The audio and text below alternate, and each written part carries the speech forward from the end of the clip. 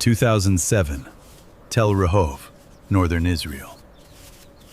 Archaeologists brushing dirt from an Iron Age ruin began lifting out rows of clay cylinders, and then the realization hit them. These were beehives, nearly 3,000 years old, stacked in what may once have held 75 to 100 colonies. In peak season, a site like that could have held hundreds of thousands of bees working inside a mud brick city, turning flower nectar into one of the most desired substances on Earth. Honey was never just a sweetener. It was food, medicine, ritual, trade, and power. And that made it far more important than most people think. The ruins looked humble: baked clay, ash, broken walls. But inside them was evidence that organized honey production was already old by the time Solomon was a memory and Rome did not yet exist.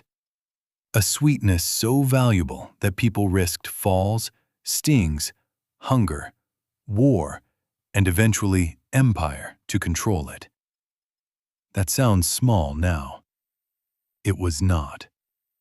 But this story does not start there. It starts somewhere far earlier, on a cliff face, with a rope, a swarm, and a human being willing to bleed for sugar. About 8,000 years ago, in what is now eastern Spain, someone painted a scene that still feels immediate. A human figure climbs toward a wild hive at Cuevas de la Araña, the spider caves, reaching into a cloud of bees for comb. No suit, no smoker, no veil, no safety. Just a body on a rope and a nest full of insects defending their stores. That is the first chapter of honey in human history, as we can still see it with our own eyes. And it is rough, dangerous, and direct. Before there were farms for bees, there was theft from cliffs. Before there was apiculture, there was nerve. That first version of honey was costly in exactly the way ancient luxuries often were. It demanded courage instead of coin. It demanded knowledge of seasons, flowers, rock faces, and bee behavior. And it gave something rare in return: concentrated sweetness, dense calories, long shelf life, and a taste unlike almost anything else in a prehistoric world. This is the part of the story that most people never learn. For most of human existence, sweetness was not ordinary. It was exceptional. Honey stood apart because nature made it ready to eat, portable, and preservable long before humans understood chemistry. By around 2450 BCE, ancient Egypt had already moved beyond stealing honey from wild nests and into something much more sophisticated. Egyptian scenes and texts show organized beekeeping, with hives managed by humans and smoke used to calm colonies. Along the Nile, beekeepers likely moved hives to follow blooms as the river valley shifted through the seasons. Honey entered temples, kitchens, workshops, and tombs. It was offered to gods. It was buried with elites. It was used in embalming. It was also medicine, and not in a vague symbolic sense. In surviving Egyptian medical texts, honey appears again and again. One review of ancient remedies found it mentioned about 500 times in 900 prescriptions. And the famous Smith Papyrus describes a wound treatment made from grease, honey, and lint. Short sentence: it worked. Egypt understood something modern laboratories later confirmed. Honey is hostile to many microbes. It is acidic. It draws water away from bacteria. Some varieties generate hydrogen peroxide. In a world without antibiotics, that mattered enormously. A cut could kill. A burn could rot.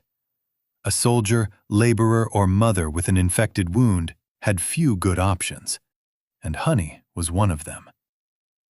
This decision seemed small at the time. It was not. Once a substance becomes food and medicine at the same time, its value multiplies. The story then widens across the eastern Mediterranean. By about 900 BCE, the apiary at Tel Rehov shows that large-scale beekeeping had become an organized industry in the ancient Levant. Archaeologists found rows of man-made clay hives inside an urban settlement, proof that honey production was no longer just household craft, but planned economic activity. This was honey as infrastructure, honey as business, honey as urban technology. When people speak of the ancient world, they usually picture bronze, grain, and wine. They should picture bees as well. In Greece, honey moved from practice into theory. Hippocrates prescribed it in different forms, including oxymel, a mixture of vinegar and honey, and hydromel, a mixture of water and honey. He used it for pain, cough, sore throat, wounds, fever, and more. Aristotle, writing in the 4th century BCE, studied bees with the kind of attention that helped turn observation into science. He got details wrong, as nearly everyone did before modern entomology. But he treated the hive as something worth studying closely, not merely raiding. And this is where everything changed. Honey was no longer only harvested and consumed. It was analyzed. The Greeks also drank it. Mead, one of the world's oldest alcoholic beverages, depended on fermented honey. So did sweetened wines and sauces. Honey fed athletes, flavored offerings, preserved fruit, and crossed the line between necessity and pleasure. That line is important. When a product becomes ceremonial and enjoyable, demand expands beyond survival. It enters status, memory, and identity. The Romans inherited that world and scaled it. They sweetened wine with honey to make mulsum. They preserved fruits in it. They used beeswax for writing tablets, seals, cosmetics, and light. Roman agricultural writers gave practical instructions on hive placement, forage, and colony management. And poets like Virgil folded bees into the moral imagination of empire. Rome loved order, and a beehive looked like order made visible. Thousands of individuals, one functioning whole. To Roman eyes, that was not just natural history, it was metaphor. But there was a problem. Honey, for all its virtues, was limited by ecology. Bees could only gather what landscapes could provide. Weather could wreck a season. Flowers bloom, then disappear. Colonies swarm. Predators raid. Winters kill. Honey could be traded, but it could not be scaled infinitely in the ancient way grain could. That constraint would shape everything that came later, because every civilization that relied on sweetness eventually ran into the same wall. People wanted more. Across late antiquity and into the Islamic world, honey remained one of the most respected natural substances on the table and in the clinic. The Quran, in Surah 16, speaks of the bee and of a drink of varying colors in which there is healing for people.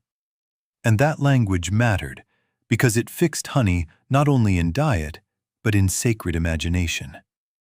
Medieval Islamic medicine preserved, translated, expanded, and systematized older knowledge from Greece, Persia, India, and beyond. Around 1025, Avicenna completed the Canon of Medicine, one of the most influential medical texts ever written. And honey still had a place inside that intellectual universe. He recommended it among important treatments, including for tuberculosis. The old wound salve from Egypt had not disappeared. It had entered a learned tradition. Meanwhile, in medieval Europe, honey remained the default sweetener for ordinary people for centuries. Sugar existed, but it was rare and expensive. Honey went into bread, ale, sauces, preserves, candles, medicines, and monastic stores. Beeswax lit churches. Mead lingered in households and courts. Peasants, monks, and nobles all knew bees, though not equally. A hive could mean rent, feast, medicine, or light through winter darkness. This is the part of the story that most people never learn. Long before factory sugar, Europe's relationship with sweetness was overwhelmingly a relationship with bees. Then came the rival that would change honey's place in the human story forever. Sugar reached England in the 11th century through returning crusaders, but for centuries it remained a luxury. In the 1500s, Portuguese colonists began producing cane sugar in Brazil on a far larger scale. Financed by European merchants, they trafficked enslaved Africans to grow and process it. In the mid-17th century, British colonists copied the system in Barbados, Jamaica, and other Caribbean islands. By 1801, annual sugar consumption in England had reached about 30.6 pounds per person. Honey had not stopped being good, it had been outscaled. And this is where the sweetness turns dark. The rise of cheap sugar did not simply give Europe more desserts. It reorganized labor, land, trade, and violence on an oceanic scale. United Nations figures estimate that some 12 to 20 million Africans were enslaved in the Western Hemisphere, and the Middle Passage killed roughly 20% of those forced aboard. About 40% were shipped to the Caribbean, where plantation systems fed Europe's appetite for sweetness. This is the part that should make you angry. People did not merely discover a cheaper rival to honey. They built an enormous machine of profit on coercion, racial slavery, and mass death. They knew, and they chose profit over people. For honey, the consequence was subtle but decisive. It lost its monopoly. For thousands of years, if humans wanted serious sweetness, they turned to bees. Now they could turn to cane. Later, to beet sugar as well. Honey did not disappear, but it changed class. It became more local, more seasonal, more medicinal, more artisanal. Sugar became the bulk sweetener of empire and then of industry. Honey became memory, quality, tradition, and exception. If you are finding this interesting, hit subscribe. We cover stories like this every week, and you will not want to miss what comes next. In the 19th century, honey began its comeback, not by defeating sugar, but by becoming modern. In 1838, Johann Dzierzon developed a practical, movable comb hive. In 1852, Lorenzo Langstroth secured the patent that changed beekeeping forever. His key insight was bee space, the narrow gap, about 6.4 to 9.5 millimeters, that bees usually leave open instead of filling with comb or propolis. Build a hive around that rule, and frames can be removed, inspected, and returned. It sounds technical. It was revolutionary. Before that, harvesting honey often meant breaking comb, damaging brood, or destroying the colony's structure. After Langstroth, a beekeeper could inspect for disease, manage queens, divide colonies, and remove honey without wrecking the entire home. This decision seemed small at the time. It was not. The hive became a machine humans could finally understand and operate with precision. Then, in 1865, Franz Hruschka introduced the honey extractor, a centrifuge that spun honey out of comb without destroying the wax. That meant the bees did not need to rebuild as much structure after every harvest, saving them energy and increasing efficiency. In 1873, Moses Quimby's smoker improved control even further. These inventions did not make honey cheap in the way cane sugar was cheap, but they made it systematic, scalable, and commercial. The age of scientific apiculture had arrived. From there, the geography of honey spread and specialized. Different climates produced different honeys. Clover honey in North America, acacia in Europe, thyme in the Mediterranean, cedar in Arabia, buckwheat in Eastern Europe, pine honey in Turkey, manuka in New Zealand. What had once been simply sweetness became terroir. Floral source changed color, texture, aroma, and price. Honey had always been diverse. Industrial labeling finally made that diversity marketable. By 2024, the world held about 101.7 million honeybee colonies, up roughly 47% from 1990. Global honey production was around 2.0 million tons. China stood as the largest producer at roughly 456,000 tons. India followed with about 146,000 tons. Turkey remained one of the great honey nations, producing around 115,000 tons in 2023, with Muğla alone responsible for roughly 80% of the country's pine honey and around 90% of the world's supply of that distinctive type. Africa, often left out of popular histories of beekeeping, produced about 223,000 tons in 2023, with Ethiopia alone at roughly 84,591 tons that year. The United States produced 134 million pounds in 2024 from 2.60 million honey-producing colonies, with an average yield of 51.7 pounds per colony. These are not quaint leftovers from an old economy. They are modern agricultural statistics. And yet the modern honey world is not only about volume. It is also about value.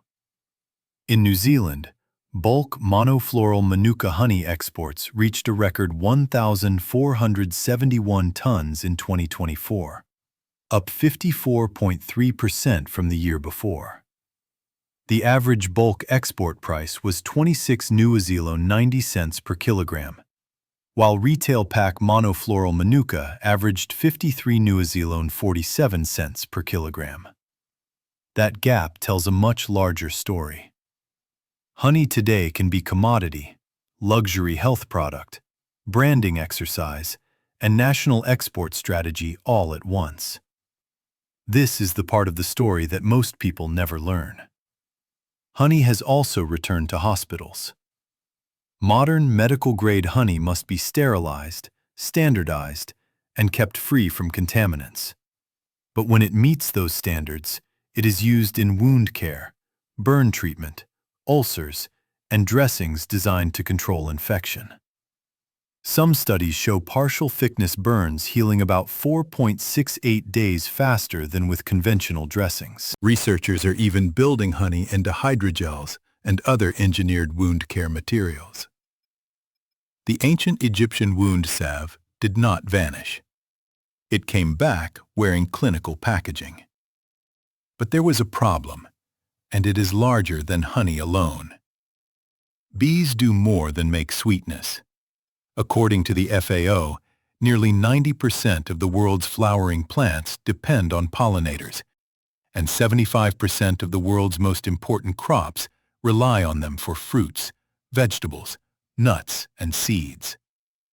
Without pollinators, up to 8% of global crop production, worth around $577 billion a year, could be lost. Habitat destruction, parasites, pesticides, invasive species, and climate change now threaten the very creatures that helped build agriculture in the first place. And in some places, the first chapter still has not ended. In the Sundarbans, the mangrove forest across Bangladesh and India, wild honey collectors still enter tiger country for a seasonal harvest. More than 50 people are attacked there each year. Few survive. Middlemen push prices down. Adulteration ruins trust. Climate change raises the risk. The prehistoric rope on the Spanish cliff is still with us, only now it runs through a modern economy of danger, debt, and survival. So the history of honey is not a straight line from cave to supermarket shelf. It is a loop. First wild, then sacred, then medicinal, then industrial, then artisanal again. First, the sweetest thing most humans could imagine, then displaced by sugar, then rediscovered as something richer than sugar ever was. Not just sweetness, but landscape. Not just calories, but pollination. Not just flavor, but biology, labor, religion, science, and trade. It was there when hunters hung from rock faces. It was there when Egyptian scribes listed remedies beside the Nile. It was there when Greek physicians mixed oxymel, when Roman households sweetened wine, when medieval monks kept wax for candlelight, when Islamic physicians wrote of healing, when colonial empires turned sweetness into atrocity, when inventors measured bee space down to a few millimeters, and when modern hospitals put sterilized honey back onto wounds. It was there when the first clay hives were stacked in an ancient town, and it is still there now, in glass jars lined beneath supermarket lights. That is what those clay cylinders at Tel Rehov really tell us. Not just that people kept bees 3,000 years ago, but that humans have been trying to secure sweetness without losing the fragile bargain with nature for almost all of civilization. A hive is never only a box of insects. It is a contract between flowers, weather, labor, patience, and time. Break any part of it, and the sweetness stops. And somewhere in that long chain, from the cliff painter in Spain to the beekeeper lifting a Langstroth frame, from the Egyptian healer sealing a wound to the nurse opening a sterile honey dressing, from the plantation world that cheapens sweetness to the pollinator crisis that threatens it again, honey kept its old power. It outlived kingdoms. It outlived fashions. It outlived the illusion that anything this valuable was ever simple. It survived to become something almost invisible through familiarity, a substance so ancient and so normal that most of us no longer notice the history sitting in front of us. The next time you see that amber line sliding off a spoon, think of the clay hives in the dust, the rope on the cliff, the smoke over the Nile, the philosopher watching a swarm, the physician sealing a wound, the ship crossing the Atlantic, the extractor spinning in 1865, the manuka drums leaving port, and the bee still working flower to flower for a sweetness older than cities and still somehow waiting in your kitchen right now.